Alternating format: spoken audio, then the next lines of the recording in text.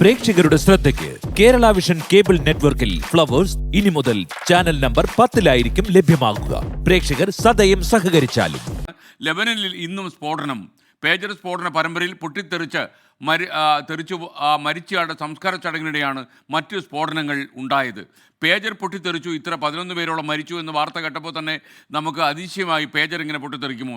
ഇപ്പോൾ വാക്കി ടാക്കി ഉൾപ്പെടെ പൊട്ടിത്തെറിച്ചു എന്നാണ് വാർത്ത വരുന്നത്. നമ്മുടെ ന്യൂസ് ഡെസ്കിൽ നിന്ന് രാംകുമാർ കൂടി ചേരുകയാണ്. രാംകുമാർ, എന്തൊക്കെയാണ് ലേറ്റസ്റ്റായി നമുക്ക് ലഭിച്ചിരിക്കുന്ന വിവരം ഇതിനെക്കുറിച്ച്? SKN ഇന്നലത്തെ പേജർ പൊട്ടിത്തെറിയുടെ ഞെട്ടലിൽ നിന്ന് ഹിസ്ബുള്ളയും ലബനനും മോചിതമാകുന്നതിന് മുൻപ് തന്നെയാണ് ഇപ്പോൾ വോക്കി ടോക്കികൾ ഇത്തരത്തിൽ പൊട്ടിത്തെറിച്ചിട്ടുള്ളത്. ഇതിനോടകം തന്നെ 3 മരണം റിപ്പോർട്ട് ചെയ്തു കഴിഞ്ഞു. പല സ്ഥലങ്ങളിലായിട്ടാണ് ഈ വോക്കി ടോക്കികൾ ഇത്തരത്തിൽ പൊട്ടിത്തെറിക്കുന്നത്. തലസ്ഥാനമായ ബെയ്റൂത്തിനും അതിന് സമീപ പ്രദേശങ്ങളായ ടൈർ, നബാട്ടിയ തുടങ്ങിയ നഗരങ്ങളിലുമെല്ലാം തന്നെ ഇത്തരത്തിൽ വോക്കി ടോക്കികൾ പൊട്ടിത്തെറിച്ചതായി ഇപ്പോൾ റിപ്പോർട്ട് ചെയ്തിട്ടുണ്ട്. ഇന്നലെ പേജർ പൊട്ടിത്തെറിച്ച് മരിച്ച ഒരാളുടെ സംസ്കാര ചടങ്ങ് നടക്കുന്നതിനിടെയാണ് വോക്കി ടോക്കികളിൽ ഒന്ന് ഇതുപോലെ പൊട്ടിത്തെറിച്ചത്. മറ്റൊരിടത്ത് ഒരു കാറിൽ സഞ്ചരിക്കുമ്പോഴായിരുന്നു അയാളുടെ കൈവശമുണ്ടായിരുന്ന വോക്കി ടോക്കി പൊട്ടിത്തെറിച്ചത്.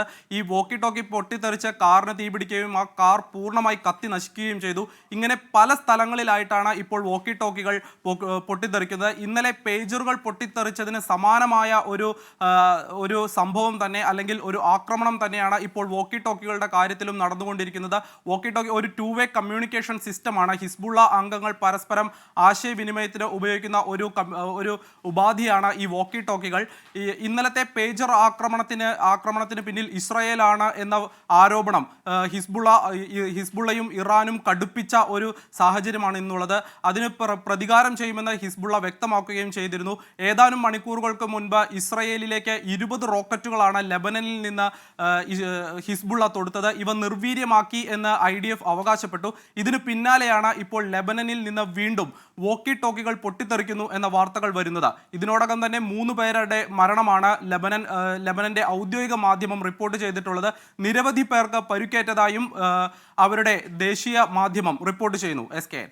ഓക്കെ, രാംകുമാറാണ് വിവരങ്ങൾ നൽകിയത്. വാക്കി ടോക്കികൾ പൊട്ടിത്തെറിക്കുന്നു, പേജറുകൾ പൊട്ടിത്തെറിക്കുന്നു. ലെബനിൽ നിന്നുള്ള തീവ്രവാദത്തിൻ്റെ മറ്റു മുഖമാണ് നമുക്കിപ്പോൾ ലഭിച്ചുകൊണ്ടിരിക്കുന്നത്.